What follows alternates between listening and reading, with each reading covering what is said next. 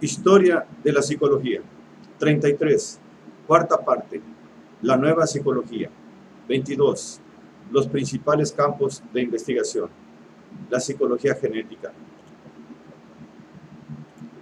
Jean Piaget, codirector del Instituto de Ciencias de la Educación en Ginebra, que se impuso por sus investigaciones de psicología genética y cuyos trabajos en ese campo son ya clásicos, reprocha a la Gestalt Theory un abuso de las estructuras perceptivas hechas.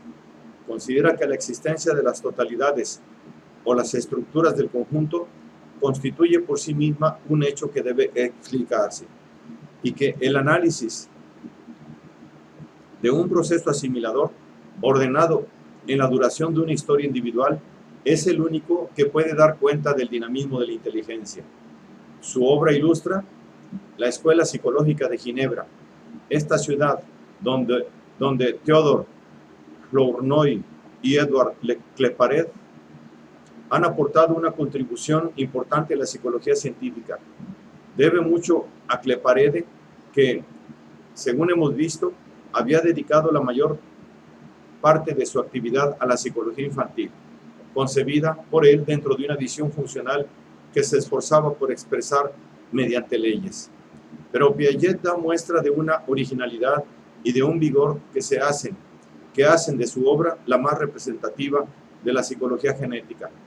Solo pueden compararse en este campo los trabajos de Henry Wallon. Esta obra está dedicada esencialmente al estudio paciente y sistemático de la evolución mental del niño, formación del juicio y del razonamiento, de la causalidad física, del juicio moral, de las nociones de número, de cantidad, de tiempo, de movimiento, de velocidad, de espacio, de azar, etc. Y supone que por este hecho una innegable riqueza de experiencias y de observaciones.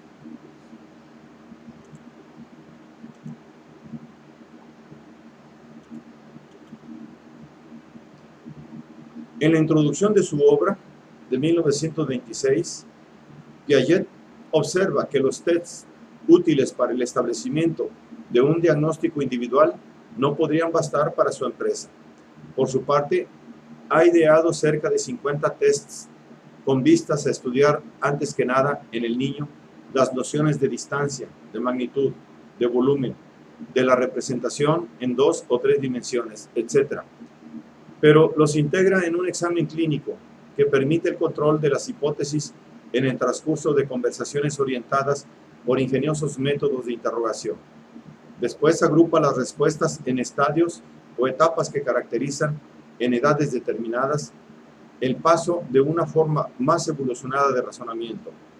De tal modo, llegó a distinguir 6 etapas en la evolución del infante, a partir de los primeros movimientos instintivos de mamar, hasta la interiorización de la inteligencia sensorio-motriz, en forma de combinaciones mentales.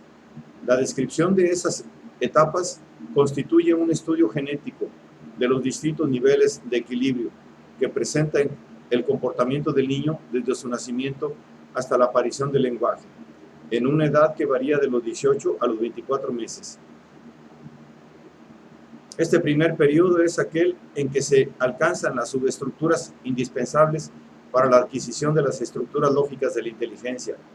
El niño parte de las reacciones sensorio-motrices, de esquemas establecidos por la herencia, que se organizarán y se adaptarán gracias a una asimilación progresiva y activa desde un principio. Los esquemas de succión, por ejemplo, se ejercen desde los primeros días en el vacío o en presencia de un objeto cualquiera, y ya dan prueba de esas repeticiones generalizadas que definen la asimilación en el sentido en que la entiende Piaget. Una coordinación particularmente importante por asimilación recíproca se observa hacia el 4º o 5º mes, la de los esquemas visuales y motores, cuando la mano tiende a conservar y a repetir los movimientos que el ojo mira y el ojo a mirar lo que hace la mano. El bebé de 5 o 6 meses comienza a agarrar los objetos que ve, pero todavía no tiene la noción de su permanencia. Si se le pone una tela sobre la cara, sabrá quitársela, pero si es utilizada en su presencia para disimular un objeto, para él habrá desaparecido el objeto. Es que su mundo exterior está constituido por una sucesión de cuadros móviles, ligados en espacios heterogéneos unos a otros.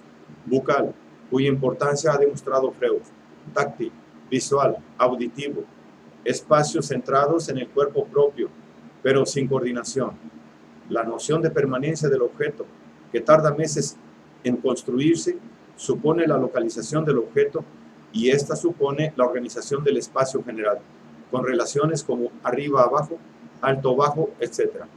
Existe, pues, ya toda una construcción en el acto inteligente del bebé que levanta un objeto para descubrir otro que se ha disimulado en su presencia. Por lo menos se requieren 18 meses para que se realice esa inversión de la perspectiva que constituye una verdadera revolución copernicana. La construcción de un espacio general que engloba los primeros espacios particulares con objetos en los sucesivos sólidos y permanentes, y donde el propio cuerpo se ha convertido en un objeto entre los otros. Este periodo que precede al lenguaje da prueba de una forma de inteligencia que Piaget llama sensomotora, pero está desprovista de pensamiento.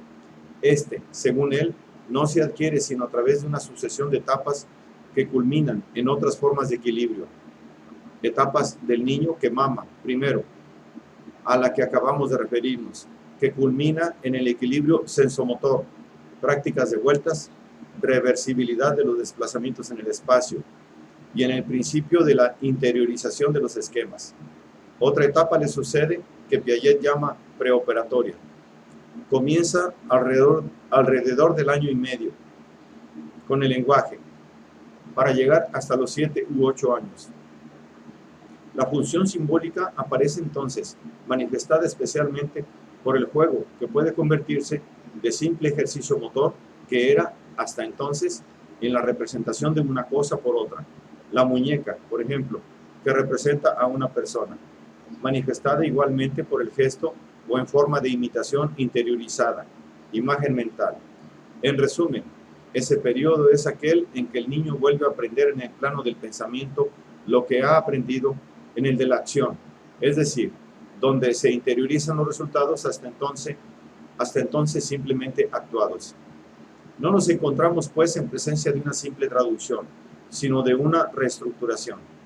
El niño se vuelve capaz de coordinar sus desplazamientos en un sistema total. Puede volver al punto de partida, reversibilidad de los desplazamientos, o dar vueltas para llegar a un mismo punto por caminos diferentes. Pero hay que esperar hasta alrededor de los 7 u 8 años para que pueda imaginarse estos desplazamientos. En el plano puramente intelectual, es la edad en que el niño adquiere la noción de conservación de la materia. Antes, en presencia de 2 bolas de plastilina idénticas e invitado a transformar una en salchicha o en torta, estimará que hay más plastilina en la bolita transformada que en un principio. Solo hacia los 8 años será capaz de comprender que la cantidad es forzosamente la misma, puesto que no se ha añadido ni se ha quitado nada a la bolita.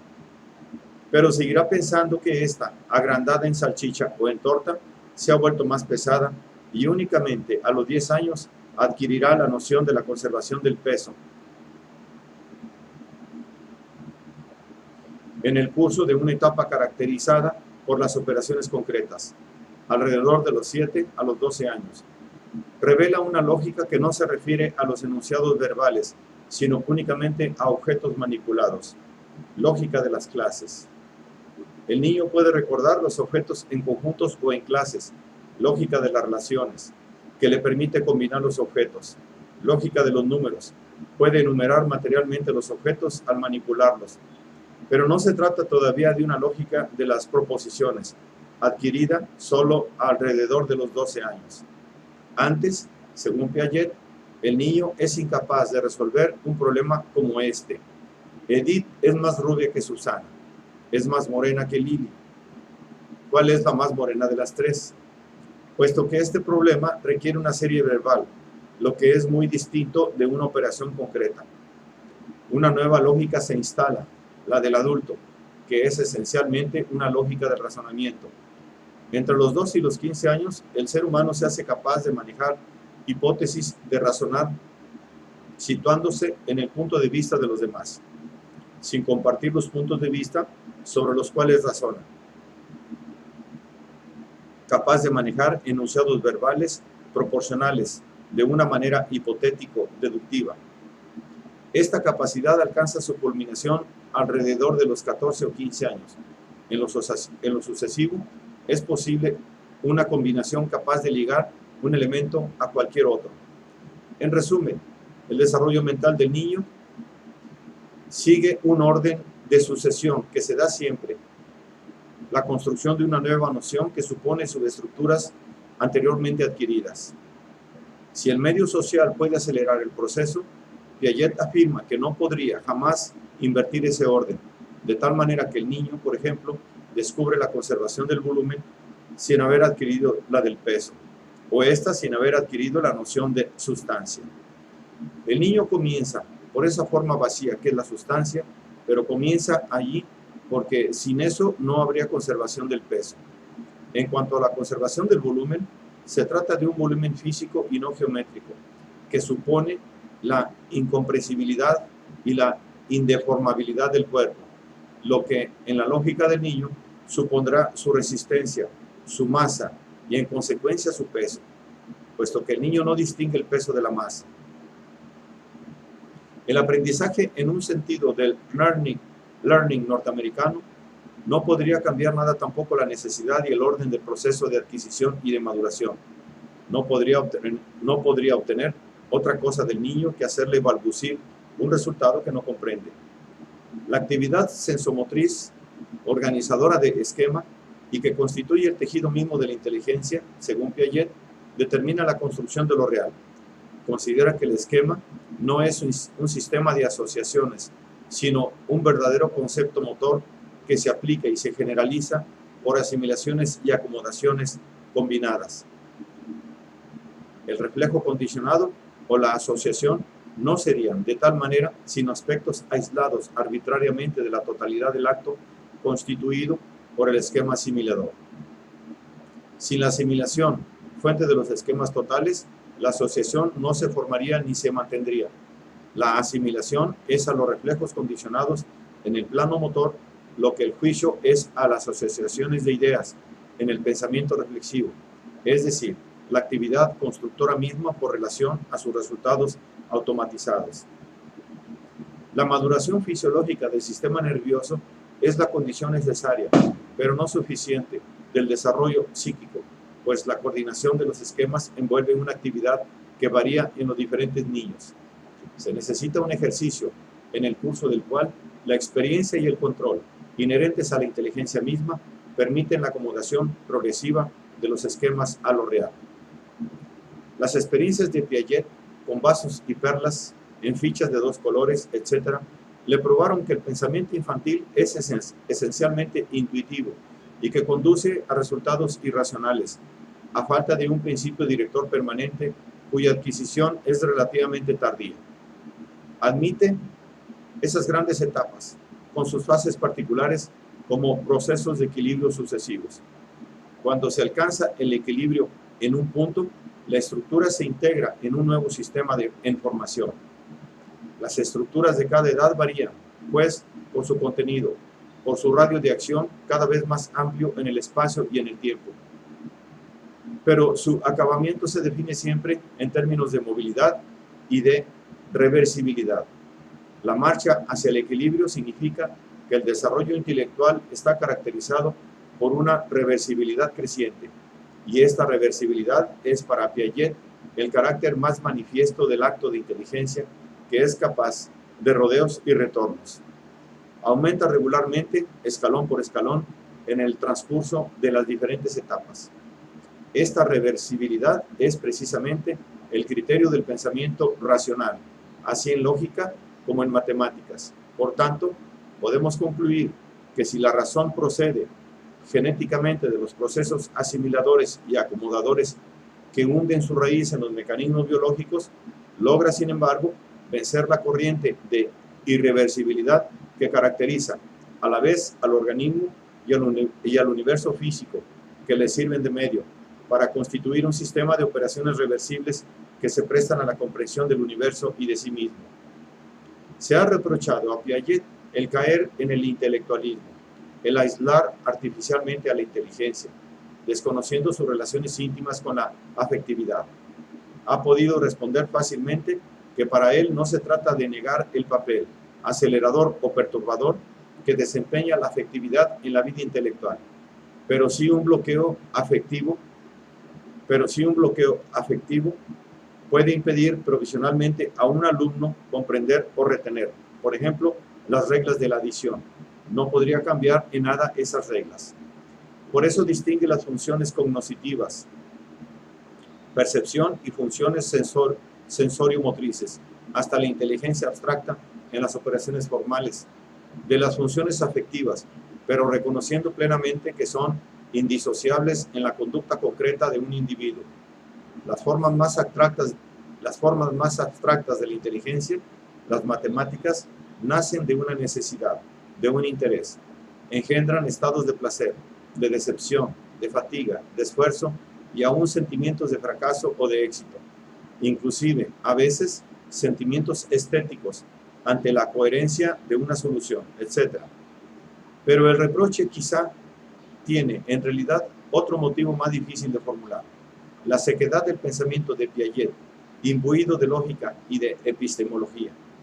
A propósito de esto, es conveniente repasar brevemente los fundamentos de su psicología genética, los conceptos ya mencionados de asimilación y de acomodación, que son en él una suerte de nociones claves, a la manera de las de integración y de desintegración de Spencer. Su sentido está precisado, sobre todo, en su introducción a la epistemología genética.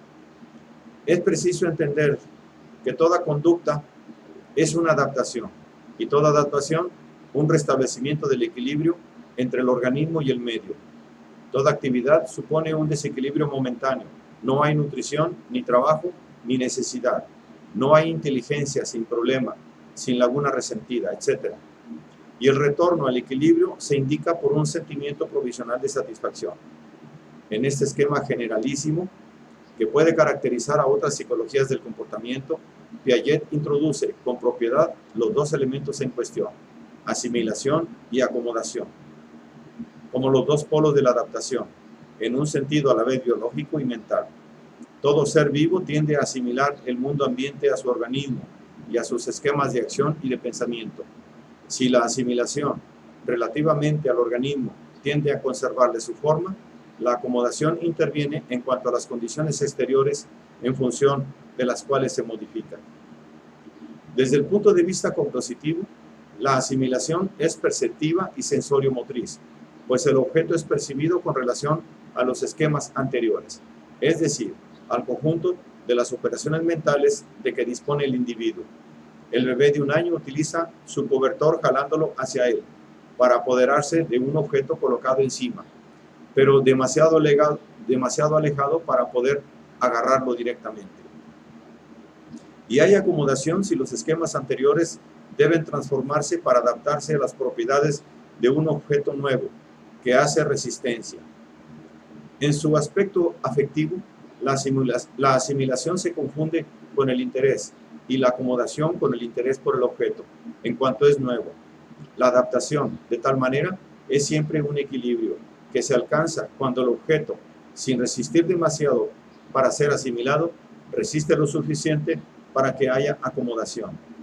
Esta tendencia a la asimilación, que se manifiesta en diferentes niveles, fisiológico, práctico, intelectual, es por tanto un fenómeno a la vez dinámico en la medida en que el sujeto propende a extender su esfera de acción a una parte cada vez más amplia del mundo ambiente y conservador, en la medida en que tiende a conservar su estructura interior y trata de imponerla a las condiciones exteriores.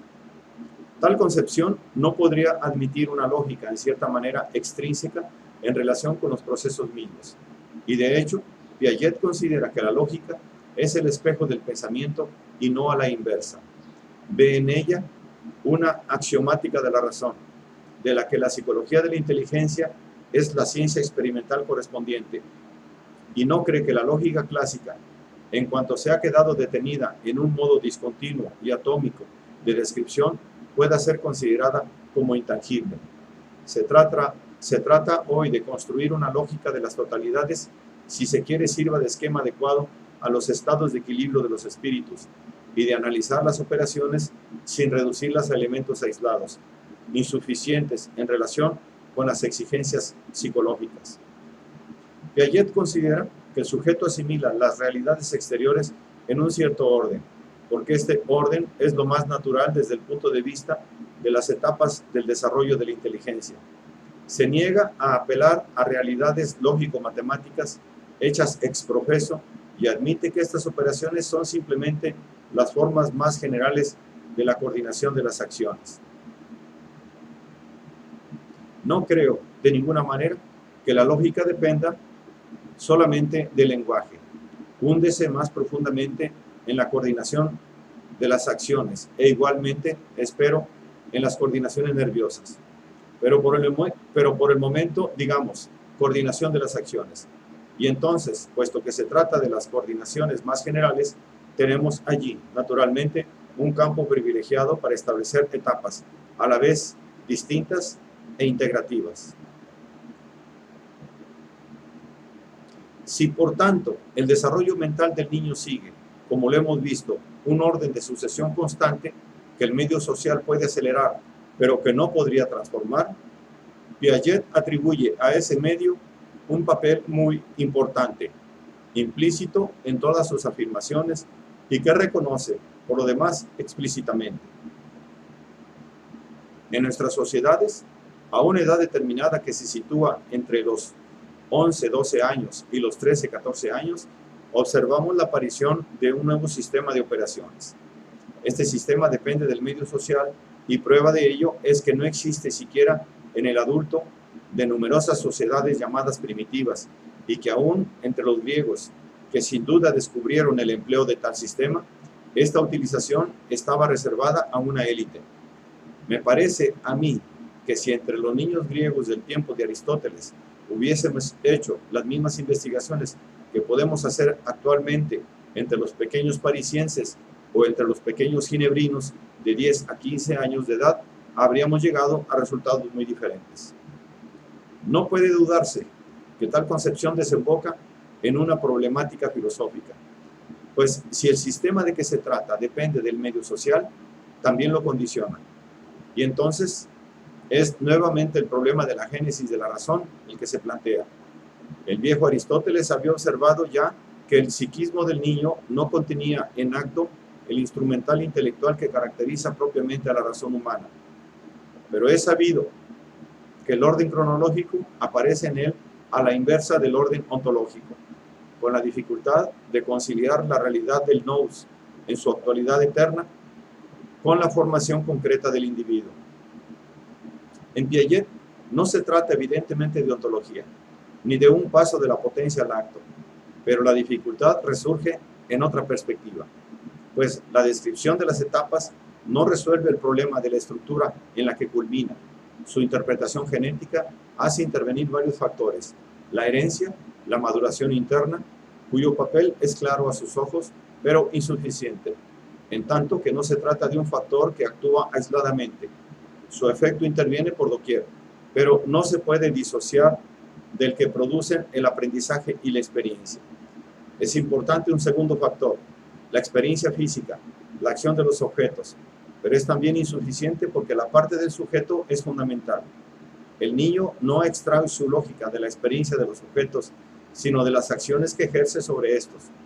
Conviene considerar entonces el papel que juegan el medio social y la educación, sin olvidar, no obstante, que una transmisión entre el adulto y el niño educado necesita una asimilación de parte del niño de lo que se desea inculcarle. Una asimilación condicionada por las leyes de un desarrollo que es, en todo caso, parcialmente espontáneo. Aun cuando las palabras repetidas por los niños puedan con frecuencia producir una ilusión, su construcción verdadera depende de la construcción ya mencionada, en el plano de las acciones interiorizadas, de las operaciones concretas. Y un cuarto factor esencial que interviene en el desarrollo de la inteligencia, el factor de equilibrio, el sentido de un equilibrio progresivo, porque todo descubrimiento, toda noción nueva, toda afirmación, etc., debe equilibrarse con las demás, con las otras, por un juego de regulaciones, de compensaciones que culmina en una coherencia en la reversibilidad operatoria al término de este desarrollo. Hay que contentarse con admitir que el estado de adaptación y de equilibrio relativo del adulto es la finalidad del proceso que consiste en una socialización progresiva del pensamiento. Henry Wallon, de quien se hablará más tarde a propósito de esto, le reprocha a Piaget el confundir la descripción con la explicación. Por lo demás, no ve continuidad sin ruptura en la evolución del niño, sino más bien estados de crisis y revoluciones que se han de integrar en una concepción general del hombre. Piaget pretende no abandonar el terreno de la sola experiencia, pero la cuestión consiste en saber si lo logra verdaderamente y a qué precio. Algunos autores han querido descubrir en él un marxista que se ignora. Tal es el caso de Maximilien Rouvel, que considera lamentable que Piaget, cuyas concepciones se asemejan a veces tanto a las ideas metodológicas de Marx, se haya limitado a una información de segunda mano, y de Lucien Goldman, que ha emprendido el estudio de su obra a la luz de la concordancia que descubre en el materialismo dialéctico. Uno de los principales resultados de los trabajos experimentales de Jean Piaget, observa, es que la conciencia y la acción constituyen los dos aspectos parciales e inseparables de la realidad concreta y total. El pensamiento de Piaget es dialéctico, por cuanto rechaza todas las oposiciones rígidas que son engendradas por el deseo de absolutizar tanto los aspectos reales como los parciales, instinto-inteligencia, pensamiento-acción, norma-hecho. La posición de Piaget, a mi juicio, marca los límites de la psicología experimental, armada de un admirable instrumental lógico, pero tan incapaz como la sociología de hacer las veces de antropología filosófica. A su respecto, el filósofo de Baud, Arnold Raymond, confesaba su perplejidad. Por una parte, me parece que Piaget se orienta hacia un idealismo, vecino del de Berkeley, según el cual no hay nada más acá de las sensaciones y de su organización cada vez mayor por el pensamiento. Sin embargo, rechaza la existencia de un Dios trascendente que es el único que da su coherencia a este idealismo. Por otra parte, parece profesar un dinamismo del pensamiento que modelaría progresivamente al objeto mismo de su experiencia. La experiencia modela el pensamiento y el pensamiento modela la experiencia. En ocasión de su viaje a la URSS con Paul Freise y René Sasso en abril de 1955, durante una recepción en la Academia de Ciencias, Piaget, decidido a animar el debate y hacerlo converger sobre su obra, les preguntó a sus huéspedes, filósofos y psicólogos, si lo consideraban como un idealista, precisando a este respecto que no se imaginaba qué es lo que podía ser un objeto aparte del conocimiento que tenía de él, y que el concepto era para él siempre el resultado de una acción. Un soviético le preguntó entonces ingenuamente a Piaget si admitía la existencia del mundo exterior. Piaget respondió afirmativamente, pero dijo que en lo tocante al objeto ya era otra cosa. Entonces Rubinstein le hizo observar con la mayor seriedad del mundo que el objeto era un trozo del mundo exterior, a lo cual Piaget replicó con aires de gran señor que si el objeto no fuese más que eso, admitiría de buen grado su existencia exterior y anterior a la conciencia.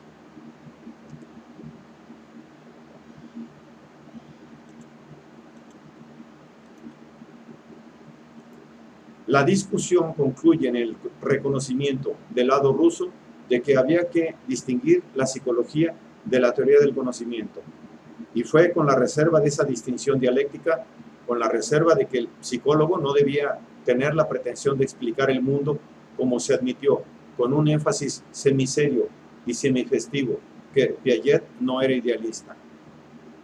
Desde el punto de vista del propio Piaget, las insuficiencias de la psicología parecen menos de principio que atribuibles a la juventud de esa ciencia, que está todavía en la fase de sus primeros descubrimientos.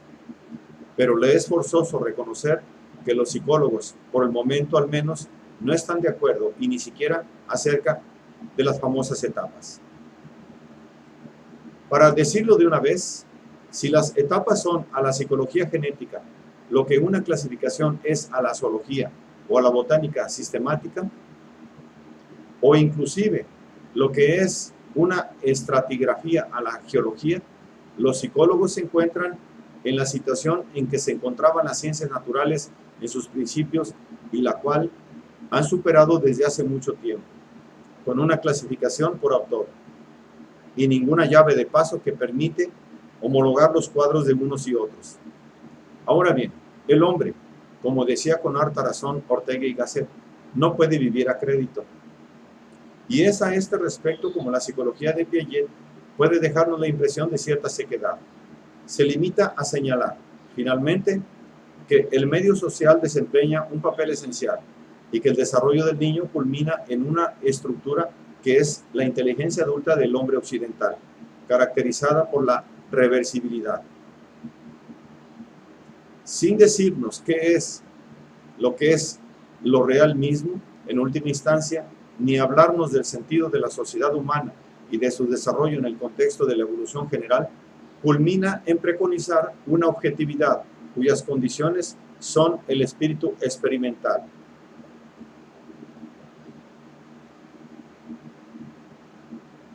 Una técnica de la prueba fundada en una lógica coherente, cosas todas que implican la colaboración social y la autonomía de la investigación, y en señalar que esta exigencia de objetividad choca con obstáculos sociocéntricos y egocéntricos, visión deformada por el grupo social, prejuicios de familia, de clase, de nación, de partido.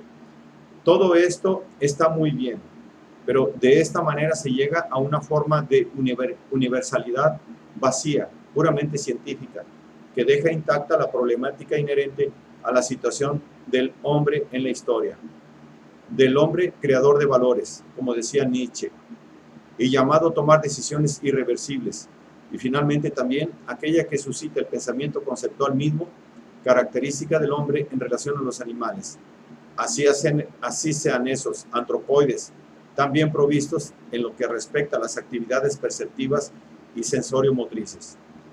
La expresión de universalidad vacía hizo saltar a Piaget. La universalidad abstracta no es menos chocante. De todas maneras, no pretendí nunca que sus trabajos sean inutilizables para una antropología filosófica, lo que equivaldría a subestimar una aportación de la que yo creo. Por el contrario, que he mostrado bien que mal su importancia. Decir que no puede tener lugar tal antropología no implica del todo que no se pueda contribuir a ella. Como esa mala interpretación sería sorprendente de parte del lógico, que es también Piaget, supongo que se debió más bien a una reacción afectiva de un autor persuadido de que él tiene la fórmula de la única psicología válida. Su actual epistemología genética, al hacer caduca a sus ojos toda investigación menos desdeñosa de la reflexión filosófica, no admite que se pueda pensar que existen también en psicología varias habitaciones en la casa del Padre. Me habría gustado en este libro marcar las divergencias allí donde el ojo experto del psicólogo no puede sino descubrir la unidad de la psicología y las convergencias profundas. La deficiencia adolecería del vicio redivitorio del filósofo en general, que se interesa, en efecto, más en la diversidad de las escuelas y de los sistemas y experimenta en su campo un placer de alguna manera profesional cuando surgen nuevas doctrinas que se apartan bastante de las otras. ¿No será más bien que el espíritu filosófico, sin ir forzosamente hasta el solo sé que no sé nada de Sócrates, al querer explicarlo todo como le gustaba decir a Charles Baudouin, y no olvidar nunca el resto, se rehúsa a dejarse encerrar en una doctrina unilateral. Es por ello que le he tomado gusto a este comentario de un escrito de Piaget. A este comentario que un escrito de Piaget inspiró al prestigiado psiquiatra y antropólogo Eugene Minkowski, eminente especialista en psicología y más particularmente en psicología del niño. Es en esta última psicología en la que él cree encontrar el fundamento de las soluciones que da a los problemas epistemológicos. Estos problemas, en mi opinión, se sitúan por su naturaleza misma fuera de todo punto de vista evolucionista e histórico. Jean Piaget se proclama como un adepto resuelto de lo que él llama la psicología científica. En consecuencia, rechaza categóricamente lo que designa con el nombre de psicología filosófica. Pero la psicología filosófica es una psicología, por lo menos, por su lado y a su manera, enriquece nuestros conocimientos, ya que tiene relación con el ser humano, y eso, aunque algunos la califiquen de anticientífica. Lo que se ha dicho con respecto a la corriente antropológica moderna en sus relaciones íntimas con ciertas tendencias del pensamiento filosófico es testimonio de ello. Por otra parte, el eminente teórico y práctico Julián de Ajuaringuerra, que en su voluminoso tratado consagra un capítulo al desarrollo del niño según la psicología genética, reconoce que en ella no se encuentran solamente convergencias. Tres personas, Piaget, Wallon, Freud, tres doctrinas que parten de un cierto número de bases comunes, tienen cada una sus características originales. Algunas veces se complementan, otras veces con formulaciones diferentes se acercan, pero muy frecuentemente se oponen a pesar de los esfuerzos de algunos para encontrar a toda costa un compromiso. La idea de que la psicología no se basta a sí misma, que ella sola no puede fundar un conocimiento del hombre, es admitida plenamente por Henry Wallon, 1879-1962, quien le atribuye como marco el materialismo dialéctico. Su considerable obra, que trata esencialmente del origen y del desarrollo de la conciencia, del carácter y del pensamiento, interesó mucho al jefe de la psicología genética. Sin embargo, Wallon no es un lógico de la psicología a la manera de Piaget, observador y clínico ante todo, muy advertido por su orientación filosófica de lo arbitrario de las divisiones abstractas, no veía en las etapas del desarrollo sino una estabilización provisional que han de considerarse como órdenes de magnitud en el dinamismo de una conducta individual, más importante a sus ojos que una esquematización rígida. En su libro sobre el origen del pensamiento en el niño, rechaza la legitimidad del problema de la representación como tal, considerando que el pensamiento del niño, precategorial y polimorfo, difiere del pensamiento adulto como lo confuso de lo que está precisado por la cultura y que hay entre ellos la permeabilidad de una mentalidad común. Según Wallon, el niño se anticipa constantemente su condición de adulto y su experiencia no se hace solamente de objetos. Implica también lo que él ha denominado ultracosas, designando por este término horizontes que escapan a una adquisición directa por parte del niño. El cielo, los astros, la vida, la muerte. Horizontes de realidad de los que el niño no duda, pero que no le permiten una actitud objetivante como las cosas que están a su alcance. No se pueden traducir al lenguaje del niño las respuestas que se refieren a la zona de las ultracosas.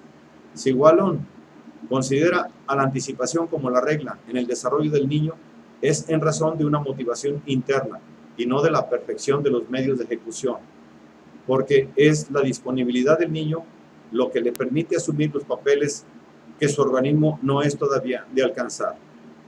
El verdadero medio del desarrollo no es entonces el cuerpo sin elemento interior, sino la conciencia cuya integración progresiva no se comprendería, sino una estructura total de la conducta, una maduración funcional.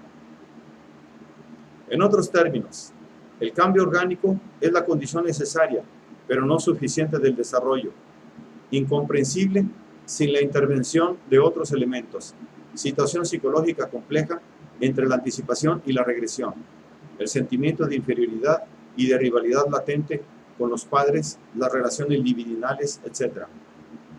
Por consiguiente, en pocas palabras, los trabajos de Wallon se dirigen a probar que el desarrollo biológico del niño es inseparable de su desarrollo social, uno y otro igualmente esenciales, persuadido de que el carácter se forma por las reacciones al medio y que las primeras experiencias emocionales y posturales desempeñan en esta formación un papel decisivo. Atribuye mucha importancia a la educación, la que fue su preocupación mayor en los últimos años de su vida. Para explicar el hecho de que la conciencia del cuerpo es solidaria con la conciencia de las cosas, Wallon sustituye la noción de sinestesia por la del esquema postural, término que implica la idea de que la conciencia infantil está abierta al exterior y no cerrada sobre sí misma. La conciencia de la mano, por ejemplo, se confunde con la de su uso. La mano es aquello que puede asir objetos y los objetos son antes de ser asidos. Wallon, que en esto se acerca a las concepciones fenomenológicas, denomina al mundo infantil como la de la sociabilidad sincrética. La conciencia individual no aparece sino más tarde como la objetivación del propio cuerpo. Solamente entonces se constituye una frontera entre el yo y los otros, al mismo tiempo que los seres humanos en relación de reciprocidad. Wallon asegura que el recién nacido, antes de los 3 meses, solamente experimenta una impresión de estar incompleto, sin conciencia de los otros, sino bajo el aspecto de simples fijaciones. En general, a partir de los 6 meses, surge un brusco desarrollo a este respecto, marcado por verdaderas conductas que se relacionan con la imagen de otros y no solamente con mímicas. La imagen del propio cuerpo se reconoce más tardíamente porque presenta al niño un problema más difícil. En efecto, si él dispone para los otros de 2 imágenes visuales, el modelo y su imagen es el espejo. No tiene para sí mismo sino una imagen visual completa, la del espejo. Tiene que llegar a comprender entonces que esta imagen no es él, que está allí, donde él se siente introspectivamente. Y a comprender también que él es visible para otro allí donde él se siente, como él mismo ve su imagen en el espejo. Wallon está de acuerdo con los psicoanalistas en atribuir una significación particular a la conquista de lo visual, que abre una nueva forma de existencia, porque el niño, en la medida en que él comprende que puede también ser visto, se conduce de diferente manera y se efectúa un paso del cuerpo vivido al cuerpo visible y visto. Igualmente, después de los 6 meses, se manifiesta en general la sociabilidad sincrética como una sociabilidad incontinente. El niño deja de captar a las gentes sin gestos, lo que él multiplica tanto con respecto a estas como su propio cuerpo. Sonríe cuando se le mira y empieza a mostrar una sensibilidad social muy avanzada respecto al conocimiento del mundo físico. Y como interioriza la pareja espectador-espectáculo, el campo está abierto entonces a los enojos y a los celos. Wallon piensa que la simpatía, primordial en la vida infantil, surge sobre un fondo de mimetismo, cuya función es irreductible, ya que es el esquema corporal el que permite al niño comprender con anterioridad las actitudes de los otros durante todo el periodo de precomunicación. Llama impregnación postural a la conciencia del cuerpo como capacidad de imitar y de realizar actitudes percibidas en el mundo exterior. Lo que se produce cuando el niño ve e imita a alguien intentando comprender esa conducta con su cuerpo. En resumen, según Wallon, la estructura de la personalidad del niño, antes de que sea capaz de decir yo, se caracteriza por una indistinción de los momentos del tiempo y del espacio, ya que el niño está como esparcido en las imágenes a las que dan lugar las acciones, incapaz de distinguir las cosas en el tiempo y en el espacio. El símbolo es lo que significa. Por ello, la aparición del yo, es decir, el momento en que el niño toma conciencia de su propia existencia, constituye a sus ojos un momento esencial. Wallon habla también a este respecto de una crisis de la personalidad, la cual sitúa hacia la edad de los 3 años. Aun cuando hasta ahora el niño tenía personalidades intercambiables con las que se identificaba alternativamente, debe adoptar una actitud que sea la suya, la de una personalidad distinta, con una consistencia y una perspectiva propias. Esto no quiere decir que el estado anterior sea abolido, ya que el sincretismo se rechaza más que se suprime, pero sucede que el momento es decisivo en tanto que toma de conciencia por parte del niño, de la distancia y también de una separación entre él mismo y los otros. En lo sucesivo querrá hacer él solo ciertas cosas, empujar o arrastrar objetos, trepar, cruzar, etc. Y la autonomía relativa que adquiere le plantea entonces nuevos problemas. El hecho de que la mirada de los otros, esa mirada que en otro tiempo lo animaba, se convierte para él en una molestia, a la manera de los adultos que experimentan el miedo. Si esta mirada puede turbarlos hasta el punto de no dejarlos ejecutar ciertos actos, es porque despierta en él la conciencia de que no solamente es lo que es a sus propios ojos, sino también a los ojos de los demás. De esta manera se establece una incesante comparación implícita entre él y los otros, debiendo el niño poner a prueba sus posibilidades y sus derechos en relación a los de aquellos. Quiere que se ocupen de él, comienza a mentir o a disimular, a obstaculizar los juegos de sus camaradas, a tomar objetos por el solo placer de tomarlos.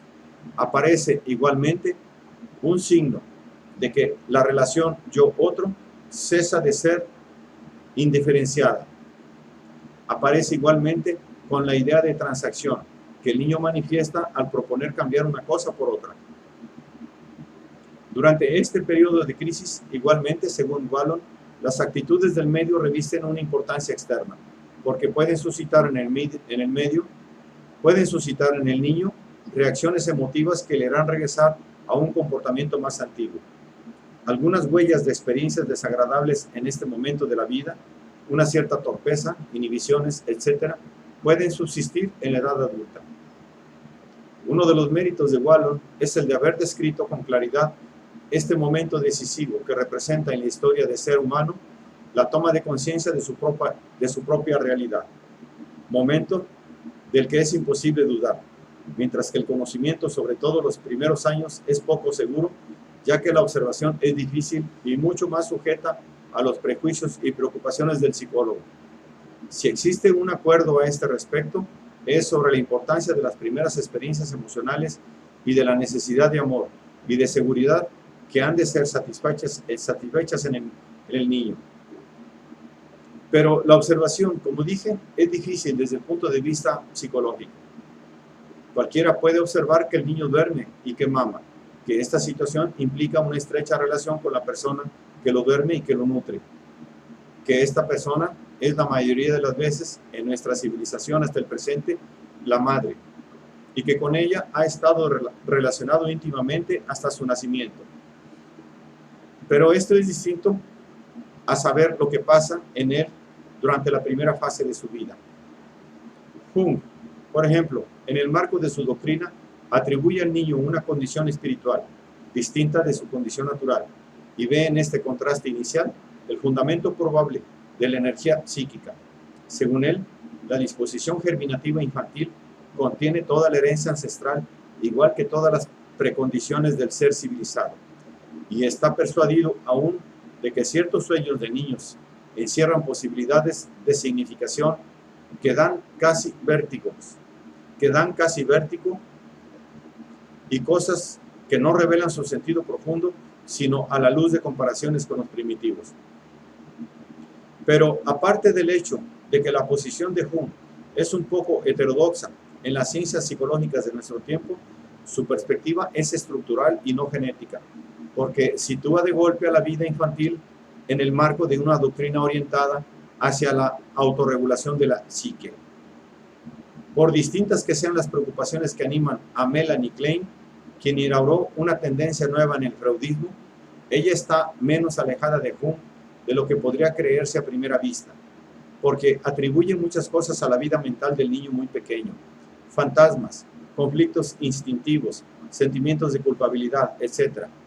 Es que ella cree ya descubrir en él la lucha entre pulsiones de muerte y pulsiones de vida, primera fuente de sadismo y de agresividad. Entre tanto empieza, desde el final del primer año, la fase edipiana.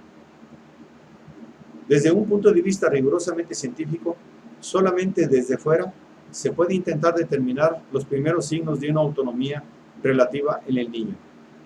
Es lo que hace de una manera ejemplar el doctor René Spitz, discípulo de Freud, en cuyas investigaciones utiliza los recursos de la técnica y las rodea de grandes precauciones metodológicas. Desde el principio, Spitz no se permite admitir los procesos intrapsíquicos en el recién nacido. Considero, básicamente, al neonato como una totalidad en muchos aspectos indiferenciada. Diversas funciones, estructuras y hasta impulsos instintivos se irán diferenciando progresivamente de esa totalidad. Denominamos a uno de estos procesos maduración y al otro desarrollo. En esta perspectiva genética, la sonrisa le parece a Spitz que es el primer organizador psíquico, a saber, una estructura capaz de integrar adquisiciones anteriores. En general, hacia los 3 meses se manifestaría como un principio rudimentario del yo, en tanto que implica una cierta conciencia de relación con otro, el esbozo de una diferenciación entre sí mismo y cualquier cosa del exterior. El indicador del segundo organizador está constituido por el fenómeno de la angustia de los 8 meses, una reacción aflictiva del niño cuando es manipulado por una persona desconocida. Esta reacción es atribuible aún a un niño perfectamente desarrollado, ya que muestra, según Spitz, la capacidad nueva de diferenciar emocionalmente a una persona amada, aceptada, de una persona extraña, rechazada. En fin, él considera como tercer organizador psíquico la aparición del no en el niño en el segundo año de su vida. Es el momento en que el niño, antes de la posesión del lenguaje propiamente dicho, es capaz de mover la cabeza negativa o afirmativamente con la significación de rechazo o de aceptación. Se trata de los primeros representantes de los signos simbólicos de abstracción. Los estudios de Spitz mostraron que es posible el estudio metódico de la afectividad en la primera infancia sin esperar un conocimiento perfecto de los mecanismos fisiológicos que la sustentan. Parece probar, por otra parte, que el niño es capaz de conductas inexplicables por el solo funcionamiento orgánico y que el medio puede favorecer o comprometer la anticipación, como decía Henry Wallon, sobre su condición de adulto. Spitz estudió las condiciones de desarrollo de niños en instituciones de los Estados Unidos, asilos y guarderías para niños abandonados, para compararlos con los de un medio familiar, hogares urbanos y rurales. Recurrió para estas investigaciones a la toma de películas y a los baby tests, que permiten una investigación de la personalidad, percepción, dominio del cuerpo, relaciones sociales, relaciones con los objetos y el establecimiento de una curva de la personalidad. Ahora bien, los promedios en el cociente de desarrollo muestran una suerte de hundimiento en los niños del asilo durante los 4 últimos meses del primer año, aunque las condiciones de higiene y de asepsia fueran iguales a las de la guardería. La diferencia esencial es que los niños del asilo estaban confiados a enfermeras que tenían cada una a varios niños a su cargo y no disponían de ningún lugar para entretenerlos o para pasearlos.